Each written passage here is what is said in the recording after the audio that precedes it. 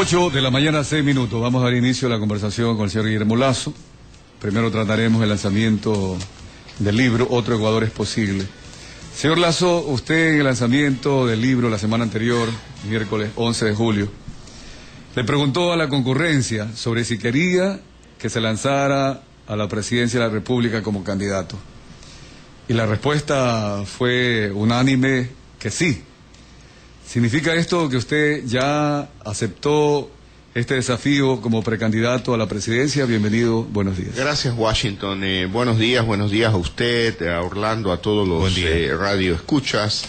¿Qué significa eso? Yo hice una pregunta y obtuve una respuesta. Quiero decirle muy concreto, yo ya he tomado una decisión, pero esa decisión final la voy a comunicar muy pronto. Muy pronto, no me gusta anticiparme. Cada cosa tiene su momento y más temprano que tarde haré ese anuncio. Hoy día conversamos con usted como precandidato o todavía en la reflexión, porque tengo algunas preguntas preparadas que van en relación a lo que usted dice en el libro. Una de ellas, por ejemplo, dice que no va a rehuir a la lucha política en ninguna de sus expresiones si es leal y franca. Por ejemplo, quiero preguntarle, ¿y qué tal si la campaña política, si se lanza de candidato, no es leal y no es franca? Mire usted, esa ha sido la realidad del Ecuador en los últimos años, y no hablamos de 5, sino de 20 años. ¿Y qué realidad tenemos en el país? Unos indicadores de pobreza donde hay 4.400.000 ecuatorianos ganando menos de $75 al mes. Por lo tanto, yo creo que la política la entiendo como un ejercicio de decencia donde el centro del debate son los problemas de los ecuatorianos. Vea usted, a mí me agrada una noticia que acabo de leer en el Telégrafo del día de hoy. Ahora el gobierno, a los 5 años y medio de gestión, se empieza a preocupar del agua potable y del alcantarillado en el país. ¿Quién planteó el tema? Lo planteé yo y lo planteo en mi libro. La preocupación de que es necesario prevenir enfermedades hasta para descongestionar los hospitales públicos del Ecuador. Era evidente que era necesario invertir en agua potable y en alcantarillado. Yo me siento satisfecho. Esa es una contribución que he hecho al debate público. El gobierno lo ha escuchado y ya se ha empezado a preocupar del tema de agua potable y alcantarillado. Para mí, eso tiene sentido positivo para el país. Precisamente su libro, que lo comentamos aquí con Orlando Murillo la semana anterior, y que mereció apoyo y también críticas. He visto, ya lo he terminado de leer, que tiene bastantes cifras sobre pobreza, desempleo, sobre necesidades de la población. Así es. Y yo respondí acá que en el evento que usted se lanzara de candidato, ya el aporte de estas cifras en el debate político precisamente obligaría a que todos los candidatos se reparen en que la situación del Ecuador no es una situación irreal ni nada que se le parezca. Es decir, hay mucho por hacer. A esto se refiere justamente el título Otro Ecuador es posible. Así es, y yo quiero decirle, para ser absolutamente riguroso y honesto, que esas no son mis cifras, esas son las cifras oficiales del Estado ecuatoriano, del gobierno del Ecuador. Yo lo que estoy haciendo es poniéndolas encima de la mesa y poniéndolas dentro del contexto en que debemos de verlas. Primero, que hay una realidad lacerante en términos de pobreza en el Ecuador, que debemos reflexionar, que esos son los temas principales, que no debemos de perder el tiempo peleándonos por asuntos que probablemente es el interés de un sector contra otro, pero el problema vital de los ecuatorianos es la pobreza, y la pobreza se expresa también a través de la falta de agua potable, a través de la falta de alcantarillado. En el Ecuador hay ciudades que tienen mejor servicio, como Guayaquil, como Cuenca, a través de la empresa pública Etapa, pero hay otros lugares, como ya lo he mencionado, con el ejemplo que he dado de mi conversación con el párroco de Montalvo, donde no hay agua potable, y los niños recién nacidos se mueren por enfermedades intestinales. Esos son los temas que debemos debatir en el Ecuador, y el propósito de mi libro, Otro Ecuador es posible, es precisamente ese, que nos concentremos en el debate de los temas fundamentales del Ecuador, y más allá de un título de un libro, es una convicción personal de que otro Ecuador es posible en democracia, con libertad económica y siendo socialmente responsables. Sin duda que son temas que deben encararse en un debate político amplio para sacar al país de la pobreza.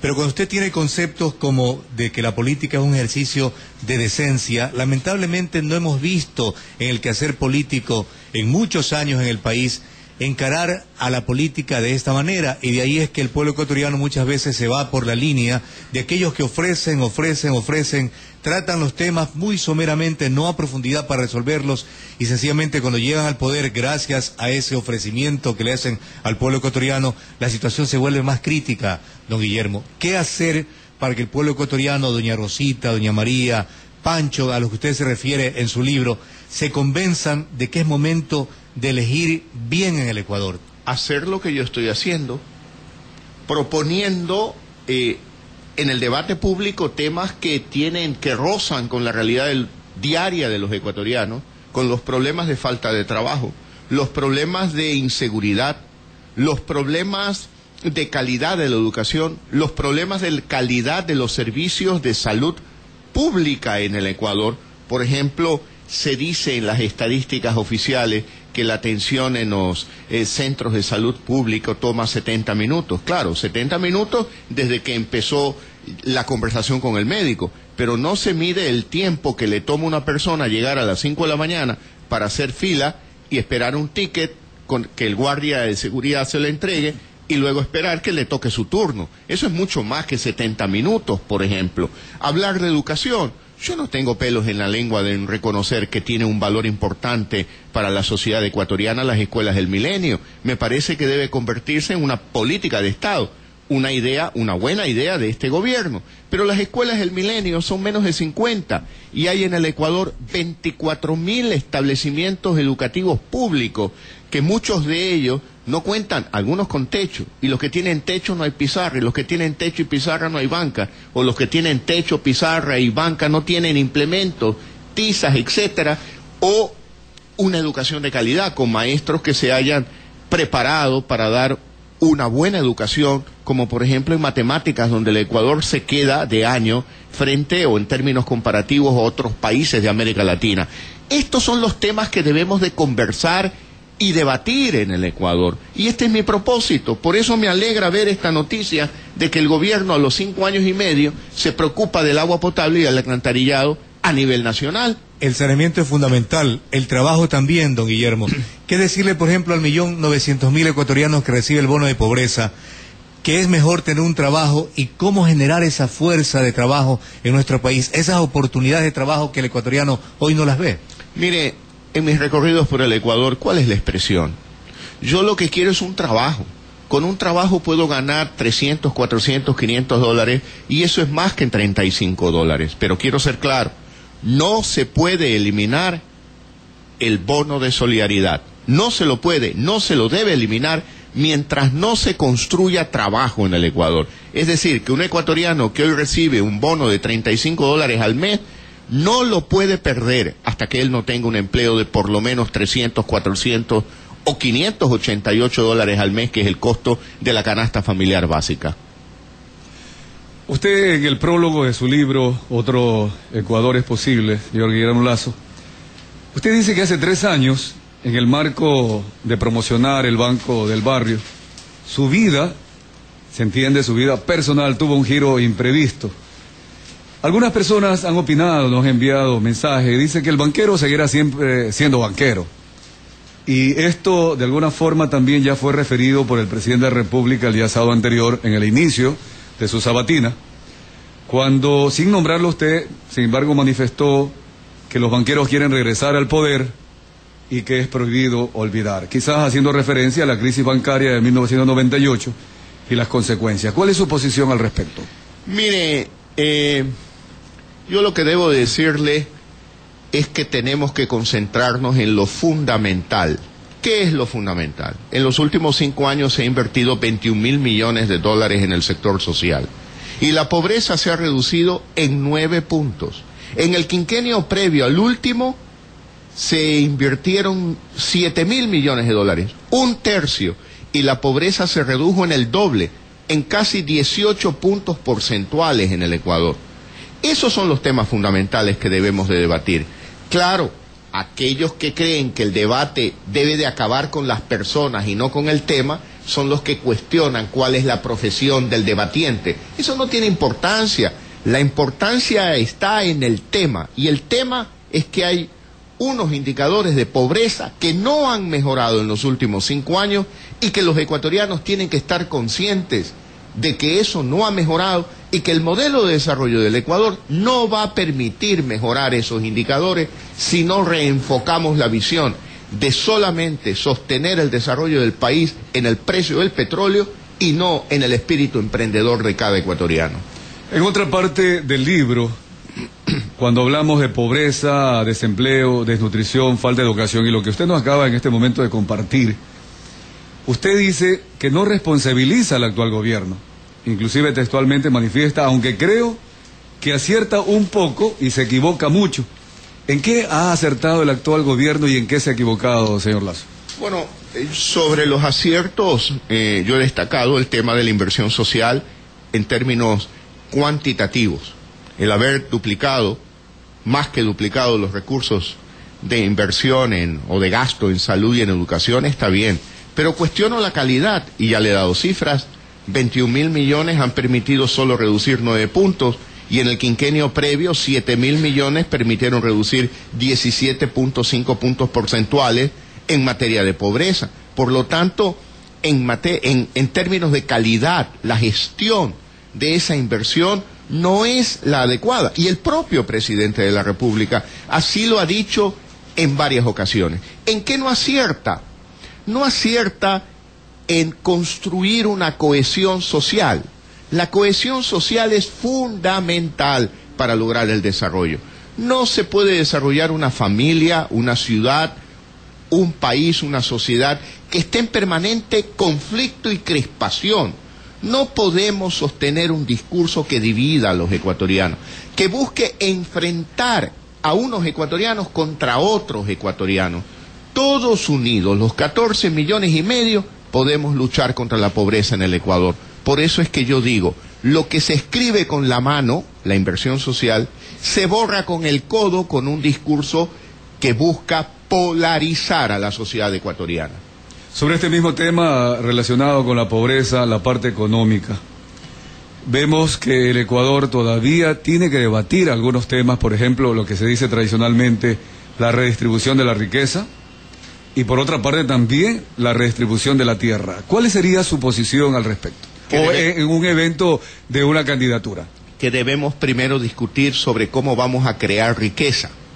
Y la riqueza la crean los emprendedores, la riqueza la crea la sociedad civil, la riqueza no la crea el gobierno, la riqueza la crean los emprendedores, la riqueza no la crea el Estado.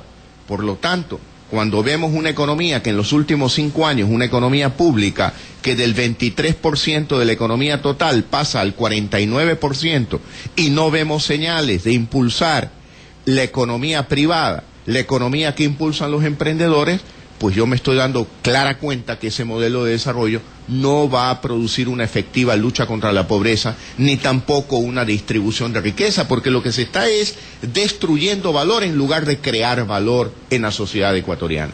Otro de los temas que en este informativo hemos insistido y decimos una y otra vez que todos los asuntos, los temas nacionales, terminan en un común denominador: hace falta educación. Usted también en su libro, de aquí en la página número 79, habla de la educación, es para todos debemos reclamarla. La pobreza material es un problema grave para muchos ecuatorianos, dice el primer párrafo, pero la pobreza del conocimiento es aún más grave. ¿Qué hace falta en el Ecuador para que realmente la educación sea una realidad? Mire, para mí la educación es el pasaporte para salir de la pobreza, y es una herramienta fundamental que requieren todos los ecuatorianos. Los niños, los jóvenes y los no tan jóvenes cuando llegan a la universidad requieren educación de calidad, acceso sin restricción, como hoy vemos en las universidades que no hay suficientes cupos para que con libertad cada joven ecuatoriano pueda escoger la profesión que quiera ejercer en su vida. Por lo tanto, hay mucho por hacer. Por ejemplo, en el tema de matemática, reforzar la calidad de educación para que los jóvenes ecuatorianos sean cada vez más competitivos en términos de la región y en términos globales también. En el tema de la salud, también usted acá narra, y a mí me sorprendió muy terriblemente, y lo he comentado en algunos círculos. A veces uno cree en lo personal que ha pasado las peores circunstancias. Ha tenido que estudiar muy fuerte, trabajar, compartir. Pero la historia que usted nos cuenta de Joffre, un subempleado que llega de alguna manera a su casa sin $1 en el bolsillo, y que con su esposa mueven los trastes de la cocina para que los niños crean que les están cocinando. Estos son los impactos que usted vivió y que ahora comparte en su libro y que de alguna manera quisiera que la ciudadanía conozca. Por supuesto que sí, he contado la historia de Joffre, pero también tengo algunas otras historias que contar que son de alguna manera lacerantes, que preocupan en términos de la salud, especialmente de los pobres en el Ecuador, cuando los centros y subcentros de salud no operan los 7 días de la semana, muchos de ellos, ni las 24 horas del día, y por lo tanto, cuando en las pequeñas comunidades, muchas de ellas rurales en el Ecuador, alguien se enferma, un día sábado tiene que esperar al día lunes, o si se trata de algo grave, tiene que pedirle la ayuda al compadre, que es el jefe del cuerpo bombero, para que lo lleve en una motobomba a una ciudad grande para llevarlo a un hospital. Entonces, hay problemas muy serios, que no han sido resueltos todavía y que hay que resolverlos. Yo lo que hago en mi libro es poner encima de la mesa los temas. Discutamos eso, qué es lo que le preocupa a los ecuatorianos. Esos son los problemas fundamentales que tienen que ver con la calidad de vida de los ecuatorianos, de todos, especialmente de los pobres en el país, que son la mayoría. Usted, sí, aquí hay algunos problemas realmente que resolverlos y buscarle la solución. Yo creo que nuestra conversación hoy día sería larga, con tantos y tantos datos que usted comparte con la ciudadanía. Quizás vamos a dejar por alto para el futuro seguir detallándolos, porque quisiera llegar a la parte de las soluciones. Un Estado debería resolverlo, primero con las leyes, así es, para que el país pueda encauzarse hacia ese desarrollo. ¿Cómo ve usted lo que se está discutiendo en el Código Penal, el tema de drogas, el tema de abortos y otros temas más? Y también en lo que hoy día se va a decidir en la ley de comunicación, posiblemente en que los medios de comunicación vamos a tener algunas limitaciones. Es decir, estamos regresando al siglo XIX de Europa, siglo XIX en Ecuador, cuando el Estado controla a los ciudadanos, inclusive hasta de lo que piensan. ¿Es así como usted ve la solución de los problemas del Ecuador? Yo creo que mientras menos interviene el gobierno en la vida de los ciudadanos, más hace para el desarrollo de la sociedad. Comencemos por lo último. Yo creo que el contrapeso eficiente en una democracia son los medios independientes. Y el contrapeso de los medios son los lectores, quienes en este momento están escuchando este programa y no están de acuerdo con lo que yo digo, lo que usted dice, tiene la libertad de cambiar en el dial. Esa libertad es la que ejerce el individuo y no necesita ningún gobierno estar censurando un programa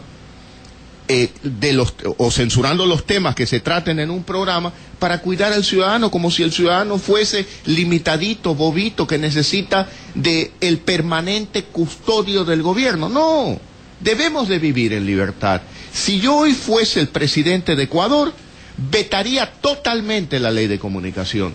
No hace falta una ley de comunicación que limite la libertad de expresión. Se nos dice que se ha querido privatizar la libertad de expresión y por lo tanto ahora hay que estatizarla.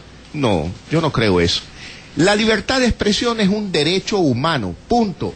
Es un derecho humano y es hasta de alguna manera inútil intentar limitarla cuando en el mundo moderno existen herramientas como el Twitter, como el Facebook, a través de periódicos virtuales, donde nadie los puede limitar y se puede expresar libremente la opinión de los ecuatorianos. Por lo tanto, yo no justifico una ley de comunicación. Tampoco justifico una ley de comunicación en términos de emprendedores de años, 40, 50, 60 años, que han dedicado toda su vida a una actividad empresarial como un medio de comunicación y ahora se les dice las frecuencias revierten todas al Estado. ¿Y quién va a responder por todas las inversiones que se han hecho? ¿Y a dónde van a ir a trabajar cuántos ecuatorianos que trabajan en esos medios? El presidente de la República dijo que ya las inversiones están recuperadas. Perdóneme, ¿Y con qué derecho el Estado tiene que quedarse con esa inversión? ¿O con qué derecho el Estado tiene que decirle a alguien, ya ganaste suficiente, así que ahora llegó la hora de perder? ¿Con qué derecho?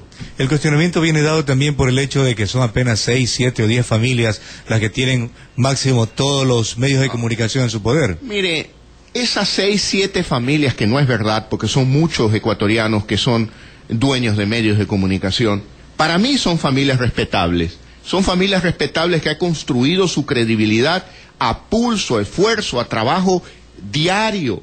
Y claro, si aceptáramos que son 6 o 7, para mí lo peligroso es que 6 o 7 medios pertenezcan a un solo gobierno. Eso no es posible. Eso no es posible porque al final del día se está destruyendo un contrapeso fundamental en la democracia, porque se está orientando a construir una sola verdad. Cuando hay 14 millones y medio de verdades en el Ecuador, cada ecuatoriano tiene el derecho a exponer su propia verdad y debemos de respetarla, aunque no nos guste. Usted lo dice bien, no son los medios solamente, sino 14 millones y medio de verdad, es decir, toda la sociedad va a perder respecto de esta ley. Así es, por supuesto que sí, y eso es un retroceso en la sociedad ecuatoriana. ¿Cómo superarlo? ¿Cómo lograr que la sociedad pueda reflexionar en este tema? Bueno, primero tocando el tema como lo estamos tocando ahora. Y lamentablemente veo ahí que hasta, según el titular del diario El Universo, hasta el partido de Álvaro Noboa va a votar a favor de esa ley de comunicación. Entonces yo no comprendo, no entiendo. Yo creo en la libertad y estoy dispuesto a defender la libertad de todos, hasta el último día de mi vida. La libertad como principio fundamental, libertad con dignidad, libertad apegada a principios y valores. Pero ¿cómo hacer si definitivamente que se apruebe 2 o 3 o 5 artículos de este proyecto de ley? Igual el colegislador es el ejecutivo y llega a manos de él el proyecto de ley para su sanción, y ahí es donde prácticamente está el tema de acuerdo a lo que ha dicho la asambleísta Tamain. Por eso es que yo creo que otro Ecuador es posible. En el Ecuador de hoy se va a cometer la barbaridad de aprobar una ley de comunicación que restringe la libertad de expresión de los ecuatorianos. Cuando ese otro Ecuador, que sí es posible, sea real, deberá derogarse cualquier ley de comunicación que limite la libertad de expresión de los ecuatorianos. Antes de concluir y agradecerle al señor Guillermo Lasso el día de hoy conversando sobre otro Ecuador es posible, dice Gabrielita BSC, ella se ha incorporado a nuestro Twitter, @forever925. Dicen, en sintonía con Lasso Guillermo y Forever 925, ¿otro Ecuador es posible? Pregunta ella. Yo creo que sí. Es una expresión de una joven. A la juventud ecuatoriana es ese mensaje de decirle que en el futuro se puede rectificar. Ese es un mensaje para todos los ecuatorianos, para los jóvenes, los adultos mayores, los hombres, las mujeres, los adolescentes, los desempleados, sobre todo los desempleados, muchos de ellos que han perdido ya la esperanza de un futuro mejor en el Ecuador. Yo les quiero decir, tengan fe, que otro Ecuador es posible, y que para que ese otro Ecuador sea posible, tú tienes que creer, tú tienes que tener fe, y tener claro que nada ni nadie es invencible en el Ecuador. Otra opinión, y va en relación a lo que usted mencionaba, la sorpresa que todo el Ecuador tiene hoy día, el partido, el PRIAN, apoyando la ley de comunicación. Dice un amigo oyente, el PRIAN no está apoyando 30 artículos solamente, sino toda la ley de comunicación, porque al pasar en la Asamblea, así sea con un artículo modificado, Correa lo enviará tal como lo propuso, y continúa, ¿no?, en el sentido de lo que ya Orlando conversó. Esto se refiere a la política. El PRIAN, y concluyo lo que dice el señor Edgar Flores, dice, desde que Correa lanzó la candidatura de Noboa para dividir a la oposición, usted todavía no ha aceptado ser precandidato, pero es la política en la que usted va a incursionar, ha incursionado, estaría incursionando, se acepta. Al respecto tengo la última interrogante. La campaña será dura. Se han inscrito aproximadamente 26 movimientos y partidos. En el epílogo usted dijo, y ya lo he mencionado acá, no voy a rehuir a la lucha política en ninguna de sus expresiones, si es leal y franca.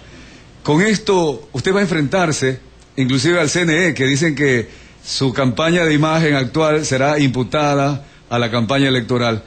¿Usted está dispuesto a seguir adelante en esta cruzada? Vea, Washington, enfrente suyo usted tiene a un hombre de carne y hueso, con talante, con firmeza y con capacidad de lucha. Usted no tiene a un hombrecito de porcelana que está pensando en que lo miren, qué bonito que es o qué feíto que es. No, usted tiene a un hombre de carne, hueso, con músculos, con talante, con capacidad de lucha y con ideas muy claras. Y con la capacidad de lucha para defender mis ideas y los principios de esas ideas, como la libertad de expresión, la libertad económica, la libertad que tiene un emprendedor para emprender en el país sin límites y tanta cortapisa de exceso de impuestos, de exceso de trámite. Mire lo que cuesta constituir una compañía anónima en el Ecuador, mire lo que cuesta liquidar una compañía anónima en un momento dado.